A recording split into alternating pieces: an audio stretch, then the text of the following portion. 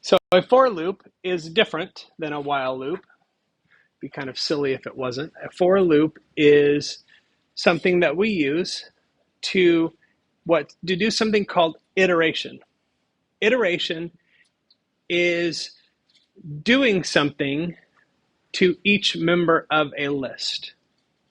For example, if I made a list of everybody in the class and I wanted to give each of you a grade, that would require me to iterate through each person's grade book. So I'd start with one, and then I would do all of the grading and give you a grade. Then I would go to the next person, do all the grading, give you a grade. And I would do that for each person in the class. And that's sort of what a for loop does. It takes a list or a group or a series, and it does something with each value in that series. For example, we have this statement, and I'm introducing two things at once, which I try not to do typically, but we have two things going on here that are new to you. I'm going to start with range, okay? Range is a function that on the fly makes a temporary list of items, typically numeric items. And so it just creates this at a moment in time. And then it goes away as soon as this loop is over. But what happens is range creates a list that says 0, 1, 2, 3, 4, 5. In this case, because I'm giving it two parameters, 0 and 6. That means start at 0 and stop at the last place you can before 6, which would be 5 in this case, because I'm not telling it to do anything other than count by whole numbers. So counting one at a time is its default. Okay, so for x in range 0, 6 means for each thing in that list of numbers from 0 to 6, we're going to do something. So that's what a for loop does. A for loop takes each member of a list or a group and one at a time puts it into this variable. In this case, it's an x. Could be any variable name you want to choose. And then does this code using that value in x. Let me demonstrate how this works and what it does. For x in range 0, 6, print x. Okay, so let's run that. And what we'll see here is starting at 0, 1, 2, 3, 4, 5. One of the tricky things about range that will occasionally trip you up is that, at least in my logical mind, it should include 6, right? That would make more sense to me, but range does not. It always stops at whatever the last stop is before the end number. Okay, so range 0, 6 actually creates a temporary list of numbers from 0 to 6, but stopping before 6. Yep. Yep. So each time this loop happens, it says for each x in this range, for each number in this range, we're going to put that number in here. So 0 goes in there first, then we print it. Then the end of the loop is reached, it goes back and says, are there more in here? Yes, the next one is number 1. Then it prints it. Then it goes to the next one, which is 2, and so on until it reaches 5. And once it runs out of things in the list, then it stops. Okay, so range is interesting because it can look like this, but it can also look like this. If I just have one number in there, what does it mean? Is it the start? Is it the end? Well, Let's see what it does. If I just put one number in there, same thing, right? So if I put 10, it's going to count me to 9, and so on. So if I just put one number in range, it assumes that it starts at 0. But wait, there's more. There we go. Range can actually take 3 arguments. So if I say range 0, 30, we would know what that does, right? It would count from 0 to 29. What do you think this is? What do you think the 3 does? Sorry, what? The number of times? That's a good guess. That's also a good guess. Any other guesses? Yeah. Yes, it counts to 20. It counts it by 3s.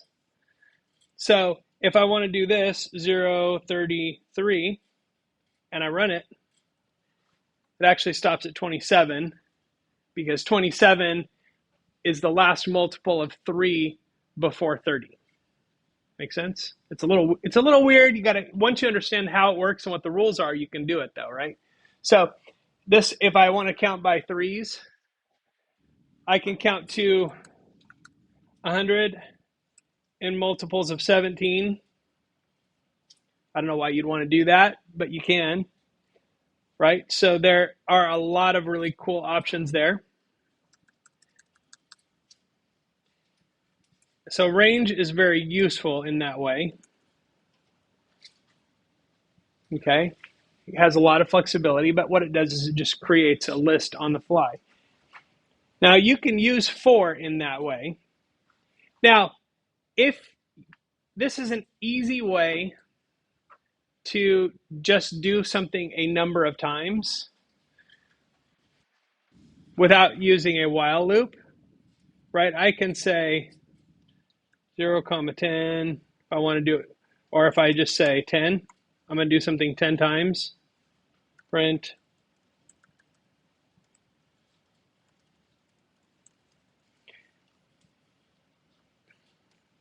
Okay. So that prints that exactly 10 times.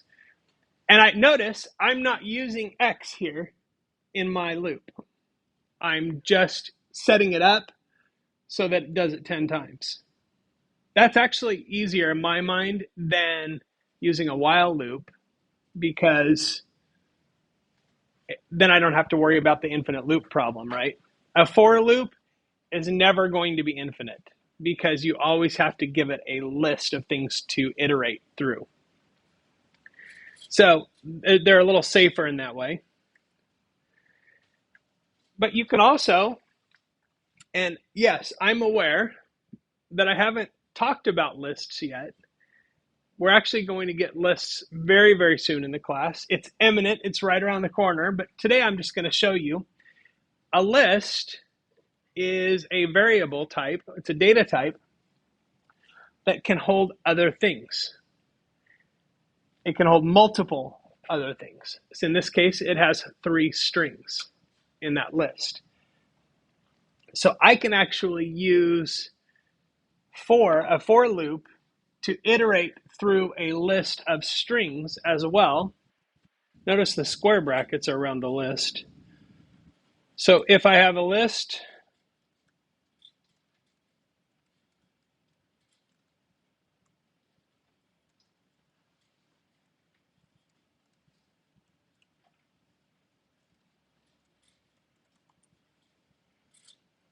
okay, for X in no range there, just fruit. For X in fruit. And here's a cool thing you can do there. I ate the X. So now when I run this, it's going to one at a time go through this list, apple, orange, banana, and one at a time it'll take that, substitute that in the X value, and then print that out in that if string, which is a pretty slick way to put strings in that kind of situation. So anything you can do with a string now, you can do to multiple strings one at a time very quickly and easily with just a little tiny bit of code.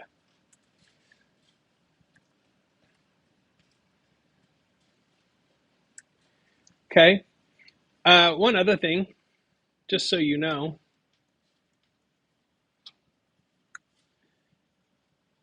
a list can have anything in it. It doesn't have to be strings. It could be numbers. So this is just a list of numbers, and it's going to work the same way. X equals X times 1,000, or let's say X squared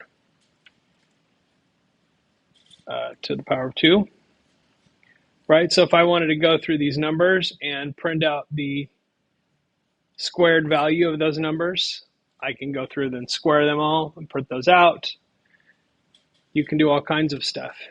And in fact, a list can have multiple things in it. I can't do math like that. But you can have literally any data type in here. And as we'll learn when we cover lists, you can actually put lists inside of lists. So I could have a list that was 1, 2, 3, 4, and then the last item in this list could be another list that has 100 different kinds of fruit in it. I don't know why you would do that, but lists are pretty amazing, and the for loop is very, very useful for going through a list and seeing what's there.